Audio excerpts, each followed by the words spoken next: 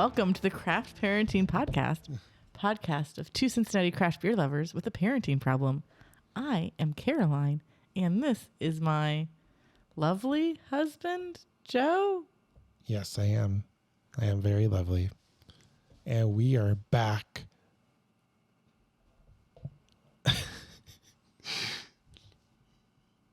We are back for another awesome We are back for another awesome episode of the Higher Gravity Beervent Calendar Extravaganza. Woo! We are back for day 7. And Siete.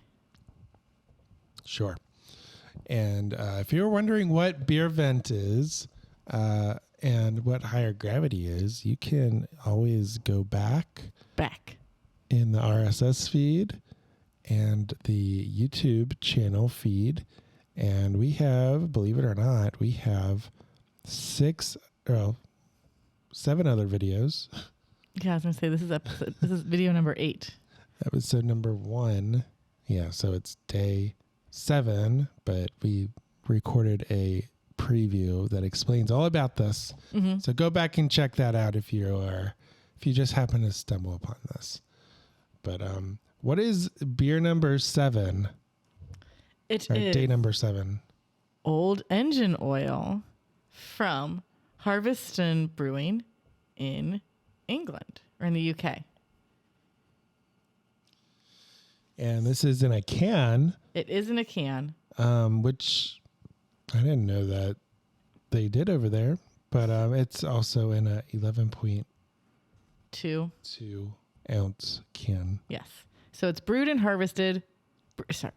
bottled by Harviestoun Brewing in Hillsfoot Village, Alva, Scotland, and imported by a company in Connecticut. The description on the can is it's a black ale. It is 6% ABV and is viscous, chocolatey, roasty, old engine oil. Our classic car-obsessed master brewer always has a can of motor oil handy for essential lubrication of his beloved autos, which is how he came up with Old Engine Oil. It's thick, dark chocolate viscosity revealing the inspiration behind the name. Mm-hmm. Using loads of deep roasted malts creates its rich black color, and adding plenty of oats gives it a wonderful velvety mouthfeel. A can of this is just the job for anyone who appreciates beautifully engineered stuff that used to be made properly. So undo the top button of your pit overalls, ease into the wingback, and roll out a rare taste of truly great British beer. Welcome to the Owners Club. Alrighty then. So while Joe pours that, I'll read the description from their website. Is that a different description? It is slightly different. So, down your tools and take a swig of this classic craft stout, beautifully engineered with premium roasted malt for a velvety mouthfeel. It's proper vintage stuff, all thanks to the meticulous handiwork of our master brewers. This dark and rich stout was first created in 1999 for a well-known supermarket beer competition, which it won with resounding success. Ever since, it's been a much-loved beer by the brewery and customers alike. Brewer's notes. As soon as you arrive in the car pack, you know Old Engine Oil is being brewed from the aroma. I'm assuming the car pack is the place, the brewery. The blend of malt and hops produce a balanced, bittersweet beer with smoky notes and lingering finish. The hops used are East Kent Goldings, Fuggles, and Galena. The malts are lager malt, Pinhead oats, and roast barley. Ooh. So this is a dark beer that I definitely cannot see Joe through. It looks a little brown. It's hard to really see color on the edges. And it's got a thick, I'd call that like a brown head because that's like it's dark tan. Mm-hmm. I did tilt this, by the way. Maybe I just poured it too fast. I mean, the head is sticking round. Yeah. It's not going anywhere, but slowly. So another note, I don't know if you have this in your notes. The can says it won the best porter in 2010. I don't know. It might be on their About Us page. I think that was a different one that they talked about. And it is a 6% ABV. I don't think we said the ABV for the other one yesterday. I don't think we did either. It's too late for that. It was also 6%. All right. Well, for December 6th. you're just going to confuse me now because we're doing this so far ahead. We have some crazy things coming up that we needed to bank a lot of episodes. Yeah, I don't think we banked enough either, but we'll see. We'll see. Ooh. Okay, so I've never heard of this brewery before, but I'm not very familiar with a lot of English breweries, so yeah. Well, because it was like every place that we ended up going to in London was like a Nicholson's pub. And we're like, oh, this place sounds interesting. And then we get in the door and we're like, it's a Nicholson's pub. Because you couldn't tell until you got inside. And then we're like, well, we're in here. We don't feel like going anywhere else. Yeah. I guess that's where we are. They had a really good brand going. I don't know if it was just a brand or just like they ate up a bunch of places and kept them all the way they were before they ate them up. Oh, maybe. I don't know. They were all different. They were all very different. It's not like it was a McDonald's. My favorite one, I think, was a place called Dog and Duck. Yeah. Where it was like a 2 or 3 story restaurant. Yeah. And so like it was really small. Mm-hmm. And then you would go up these really steep steps because there were like seats downstairs and in the middle. And I think there was even an upstairs. Maybe upstairs was where the kitchen was. And they had a dumbwaiter. So you could watch all of your food go around the dumbwaiter. And what is a dumbwaiter? It's a waiter that's not too bright. No. It's an elevator for food. Yeah. I would like to ride in a dumbwaiter, but I don't think that it's not meant for people's. It's just meant for food. So it's like so you don't have to go up and down the stairs with food. You can just be like, here, put food in hole and then gently lower. Well, because it's not a hole, it's a box that's attached with a rope and stuff. It's like an elevator, but just for food. Did I say that bit? I did just say that. Just cut out everything else and we'll go. Ask me the question again. No. That'll create more work for me. You know how many episodes I have to edit? So this is a very stark contrast to yesterday's beer. It is, but it's nice and roasty. It's really good. And I get a little bit of chocolate, and chocolate and cherries go good together. So I'm not complaining. And it's like sticking on your tongue with that roastiness. It is. It's very, it's thick, but in a different way than yesterday's beer. I mean, it's still like, to me, stouts are kind of light. And like if it's just a stout. This is a porter. Porters, sorry. Said best porter. Porter. Well, porters are really light until you start throwing a bunch of other stuff into it. Stouts are the same way. I mean, maybe it is. It's a black ale. Technically, that's what they say. Let's see. They entered it in the porter category, though. Porters are more hoppy and bitter, I think, and roasty than stout. See, this says this dark and rich stout. Oh, okay. The description called it a stout, so they entered a stout in a porter category.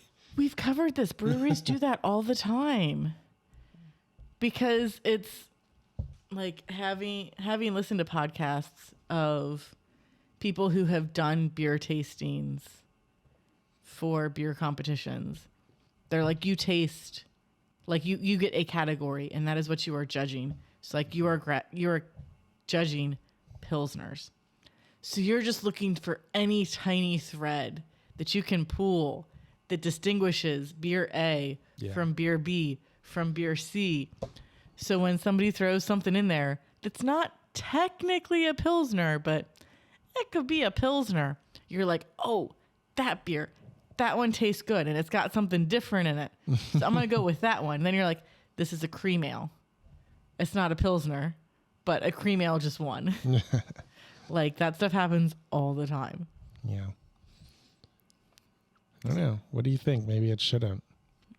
Maybe that's cheating. Lots of people have lots of thoughts about that. I don't judge beer competitions. I just drink lots of beer. Drink the beer. Yeah. It's more fun when you don't have to judge. That's so stressful. I mean, you have to drink a lot of beer. So know how stressful that is. I have issues like choosing between option A and option B for buying Christmas presents for the kids. How am I supposed to pick out beers? I'll just go crazy. So what about the brewery? So their about page goes kind of all over the place. So we're going to go a little bit all over the place. But we are Harviestoun. From the very beginning, our focus has always been to produce the best quality beer we can. Excuse me. And today we're proud to remain one of the forefathers of the movement to better beer. At Harviestoun, we've been brewing brilliant, innovative beers for nearly 40 years, long before the current craft beer boom in the UK set off. Yeah, the can says crafted with a twist since 1983. They're older than you. Does that make them legendary? Because you're ancient? I don't know. Is ancient older than legendary? Yeah, I don't know. So quality, quality, quality. Our relentless focus on quality has led us to becoming one of the most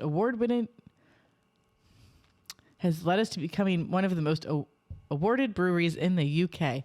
I do not know why that sentence was so hard. Apologies.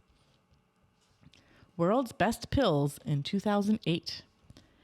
Harviestoun's flagship beer, Schiehallion, Sure.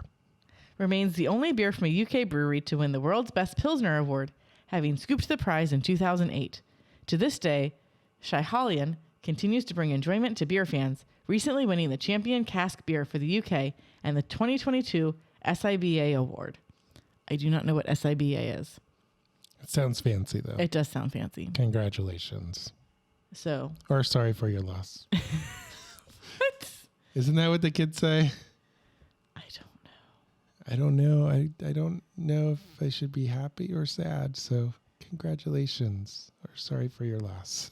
Oh, yeah. I had... It's a reference to something. I don't know. I don't remember. Yeah. A guy told me he was getting divorced, and I was like, I'm sorry or congratulations. I don't know. You got to tell me how I'm supposed to be feeling about this, because I don't know. Our beers. With our portfolio of well-loved beers, we built strong relationships with leading outlets across the UK and a growing band of fans across the world. Our brewers continue to innovate and work to develop our next great beer.